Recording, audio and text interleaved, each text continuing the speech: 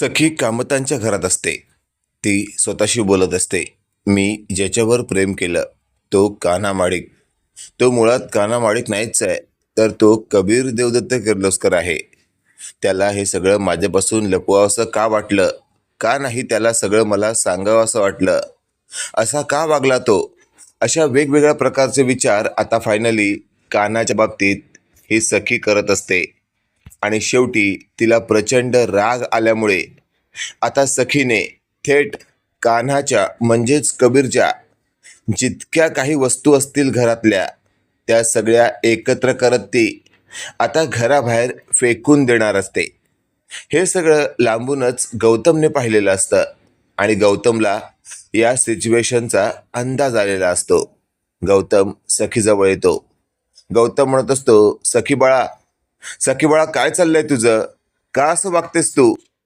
त्यावर सखी म्हणत असते, काका काका माहिती आहे ना त्या कान्हाने माझ्याबरोबर काय केलं?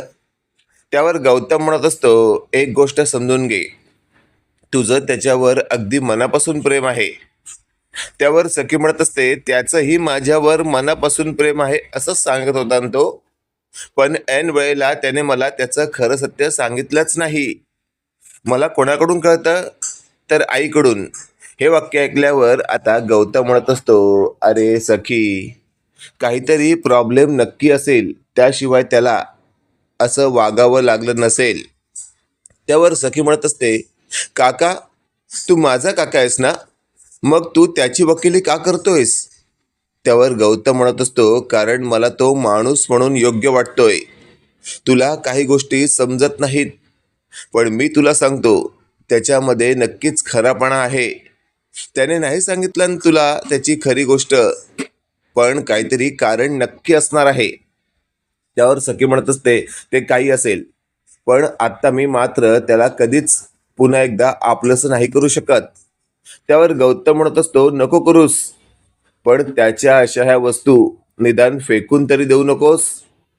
त्यावर सखी म्हणत असते, काका मग काय करू या वस्तूंचं तू सांग मला. त्यावर फायनली गौतम म्हणत असतो, मी सांगीन ते करशील तू? त्यावर सखी म्हणत असते, हो करीन, तू सांग. आणि मग गौतमने सखीला म्हटलेलं असतं, या सगळ्या वस्तू एकत्र कर आणि त्याच्या त्या घरात नेऊन दे.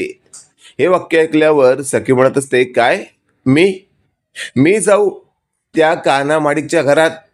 त्यावर गौतम म्हणत असतो, नाही, कान्हा माडिक नाही, कबीर देवदत्त किर्लोस्कर. त्यावर सखी म्हणत असते, हो माहितीये, कबीर. त्यावर गौतम म्हणत असतो, मला शब्द दिलायस तू की तू माझं ऐकणार आहेस आणि त्या ठिकाणी तू जाणार आहेस. त्यावर मात्र आता सखी मान डोलावते. लगेचच गौतम सखीच्या डोक्यावरून प्रेमाने हात फिरवतो आणि म्हणत असतो, बाळा काळजी करू नकोस, तो बघतोय, सगळं काही नीट होईल. असं बोलून गौतम त्या ठिकाणाहून निघून जातो. सखी मात्र स्वतःशी बोलत असते, कशी जाऊ मी त्या ठिकाणी? त्याला पाहिल्यावर मला सगळं काही पहिल्यासारखं आठवतं आणि मग मग कशी जाऊ? पण गौतम काकाला शब्द सुद्धा दिलाय, आता मला जावंच लागणार आहे. आणि अशातच सखी आता कामतांच्या घरातून थेट या किर्लोस्करांच्या घराकडे जायला निघणार असते. तेवढ्यात आपण पाहतोय किर्लोस्करांच्या घरामध्ये कान्हा हा मोबाईलवर कोणाशी तरी बोलत असतो. त्याच वेळेला त्याची आई अपर्णा आलेली असते. ती म्हणत असते, कबीर कबीर मला तुझ्याशी बोलायचं आहे. त्यावर कबीर लगेचच समोरच्या व्यक्तीला म्हणत असतो, चल नंतर बोलतो तुझ्याशी. आणि कबीरने फोन ठेवलेला असतो. कबीर म्हणत असतो, हा आई बोल ना, काय बोलायचंय तुला? त्यावर अपर्णा म्हणत असते, मला तुझ्याशी त्या मुलीबद्दल बोलायचं आहे. हे वाक्य ऐकल्यावर कान्हा म्हणत असतो, त्या मुलीबद्दल? तेवढ्यात अपर्णा म्हणत असते, अरे तीच ती, आपण त्या घरात गेलो होतो ना, तिकडे तमाशा झाला होता, ती मुलगी. त्यावर कबीर म्हणत असतो, आई प्लीज त्या विषयाबद्दल आपण नंतर बोललो तर चालेल का? माझी एक महत्त्वाची मीटिंग आहे, ती आता अटेंड करणं मला खूपच गरजेचं आहे. त्यावर अपर्णा म्हणत असते, ठीक आहे, तू आलास की आपण बोलू. आणि मग कबीर त्याच्या कामात गुंतलेला असतो. इकडे आपण पाहतोय आता सखीने या कान्हाची जेवढी काय सगळ्या वस्तू असतात सगळ्या एकत्र केलेल्या असतात आणि त्या एकत्र करून ती आता कामतांच्या घराजवळ पोहोचलेली असते. आणि घराच्या आत शिरणार तेवढ्यात सखीचा धक्का थेट बाजूला असलेल्या एका कुंडीला लागतो आणि कुंडी खाली पडते. कुंडी खाली पडल्यानंतर त्यातली मातीही खाली पडते आणि सखीचे पाय त्या मातीत बरबडतात. आणि त्यानंतर आपण पाहतोय सखी त्याच पावलांनी या कामतांच्या घरात प्रवेश करते. आता हे सगळं आतमध्ये असलेल्या मा आणि अपर्णाने पाहिलेलं असतं. अपर्णा सखीकडं एकटक पाहत असते आणि अपर्णा माला इशाऱ्याने विचारत असते, मा मा ही तीच मुलगी आहे ना?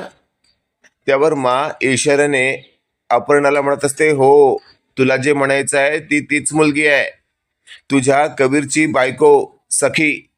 हे वाक्य ऐकल्यावर मात्र आता अपर्णाला खूप बरं वाटतं आणि ती ज्या पावलांनी आत आलेली असते ती लक्ष्मीचीच पावलं वाटत असतात.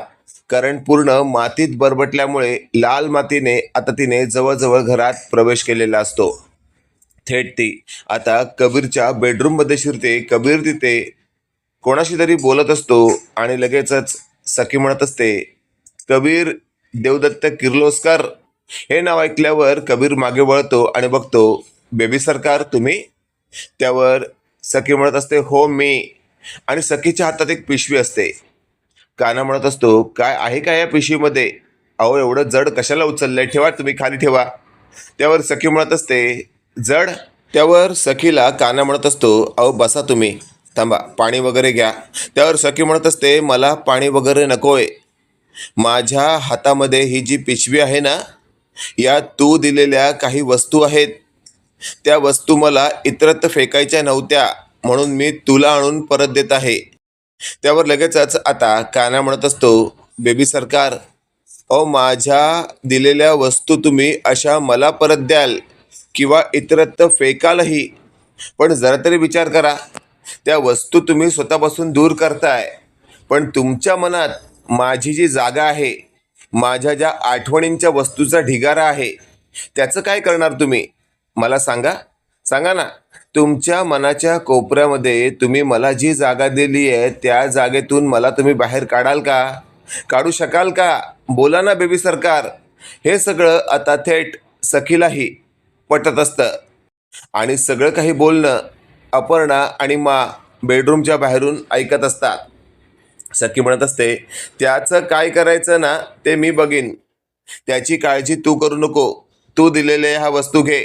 मला तुझ्या या वस्तू नको आहेत, मला तुझ्याशी कोणताही संबंध ठेवायचा नाहीये. आता मी इथून चालले, प्लीज पुन्हा माझ्या आयुष्यात येऊ नकोस.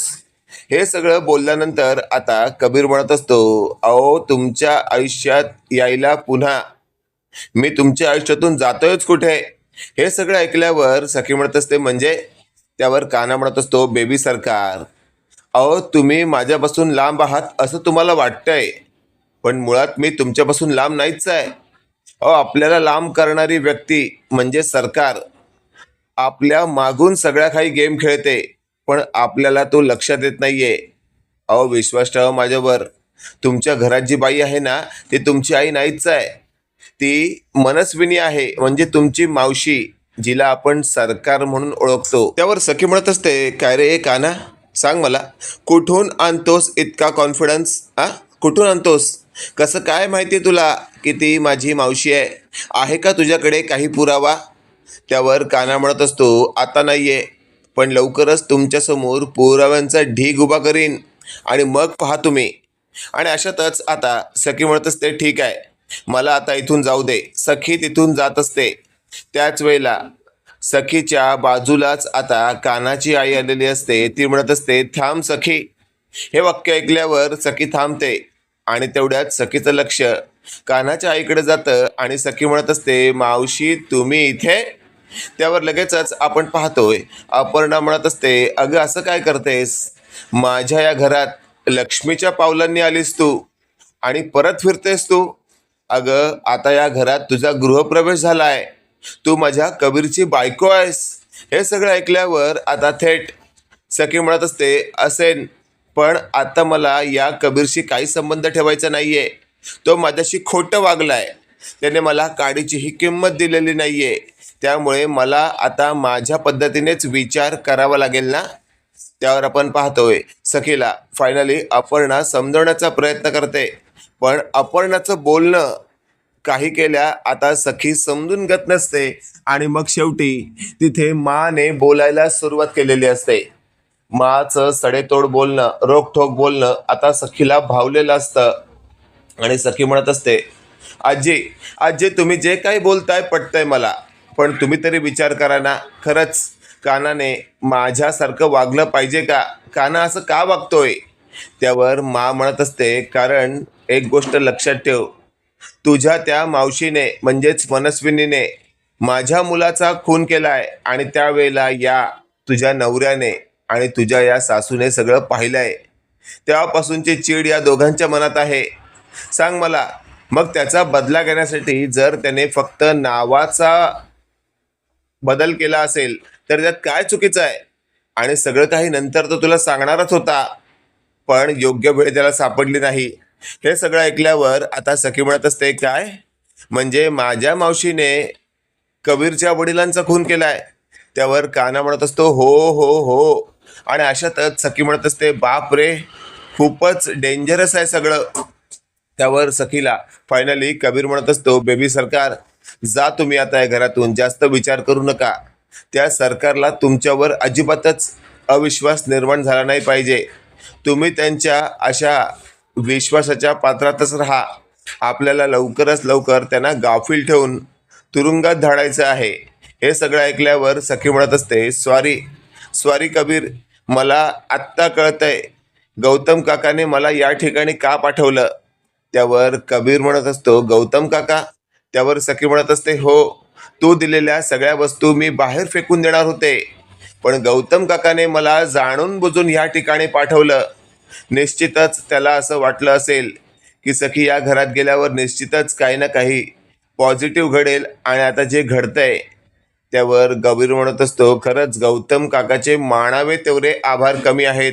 आणि अशातच आता शेवटी सखीला कबीर म्हणत असतो, चला बेबी सरकार, नाहीतर या सरकारने तुमच्या मागे जर काही माणसं सोडली असतील तुमच्यावर बारीक लक्ष ठेवण्यासाठी, तर आपल्या सगळ्यांना ते भारी पडू शकतं. त्यांचा विश्वास आपल्याला डगमळीत नाहीत करायचा आहे.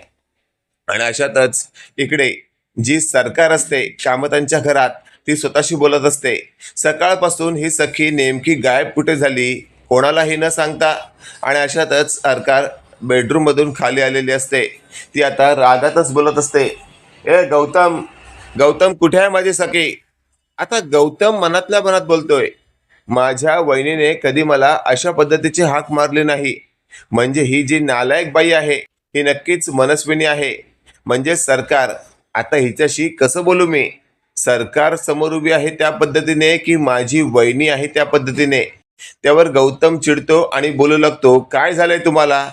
का असं बघताय तुम्ही? तुम्हाला समोरच्या माणसाची कदर नाहीये का? अहो, एकदा मला छोटे भाऊजी आणि एकदा मला गौतम. अहो, काय ते स्पष्ट करा, काय बोलायचे ते बोला, पण प्रत्येक वेळेला बदल करू नका ना. हे सगळं ऐकल्यावर आता ही जी मनस्विनी असते ती स्वतःशी बोलत असते, बापरे, चूक करते मी. एकदा ह्याला गौतम, एकदा गौतम भाऊजी. अरे बापरे, काय बोलू मी आता? छोटे भाऊजी, सॉरी सॉरी. सखी सकाळपासून घरात नाहीये ना, म्हणून माझी चिडचिड झाली, माफ करा हा. अहो, पण ती गेलीये कुठे? त्यावर लगेचच आता गौतम म्हणत असतो, अहो असं काय करताय? ती तिच्या नवऱ्याकडे गेली आहे. हे सगळं ऐकल्यावर आता सरकार म्हणत असते, काय नवऱ्याकडे? म्हणजे त्या खोटारड्या कानाकडे? त्यावर गौतम म्हणत असतो, हो.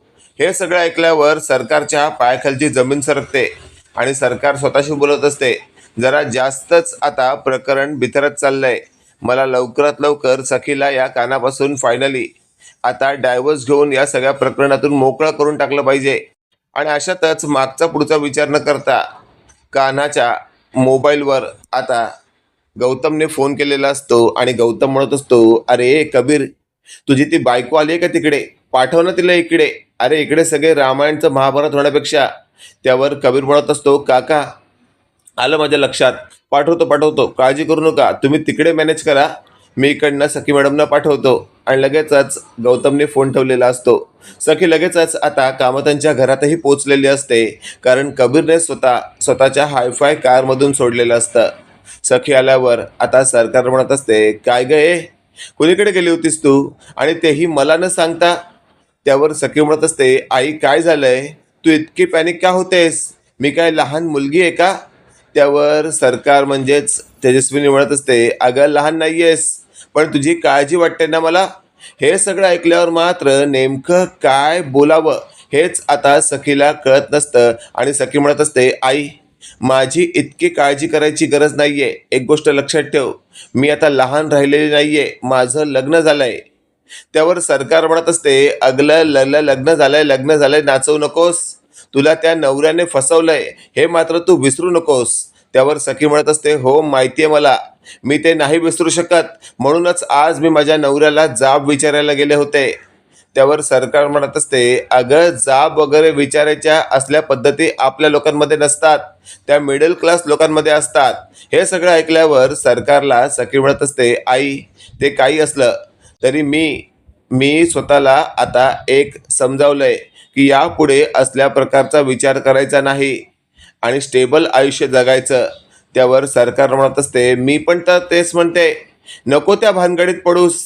या प्रकरणाच्या असल्या कोणत्याही केसमध्ये अडकण्यापेक्षा त्या कानाला घटस्फोट दे आणि दे सोडून त्याला. हे सगळं ऐकल्यावर सखी म्हणत असते, अगदी बोलते तू तसंच करणार मी, कारण मी ठरवलंय यापुढे माझ्या पद्धतीच्या कोणत्याही लोकांसमोर मी हात पसरणार नाही किंवा कानाला माझ्या आयुष्यात कधी उभं राहू देणार नाही. आता हे सगळं ऐकल्यावर सखीला फायनली सरकारकडून एक वचन हवं असतं, पण सरकार ते वचन द्यायला तयार नसते. मित्रांनो, इथे तर महाघोटाळा आहे, कारण सखी आता जो काही बॉम्ब टाकणार आहे त्यानंतर या सरकारच्या धज्जिया उडतील आणि सरकारला कळून चुकेल की आपण कुठे माती खातोय ते. बाकी मित्रांनो, आजचा हा भाग तुम्हाला कसा वाटला कमेंट करून नक्की कळवा आणि असेच नवनवीन अपडेट पाहण्यासाठी व्हिडिओला लाईक आणि चॅनलला नक्की सबस्क्राईब करा. धन्यवाद.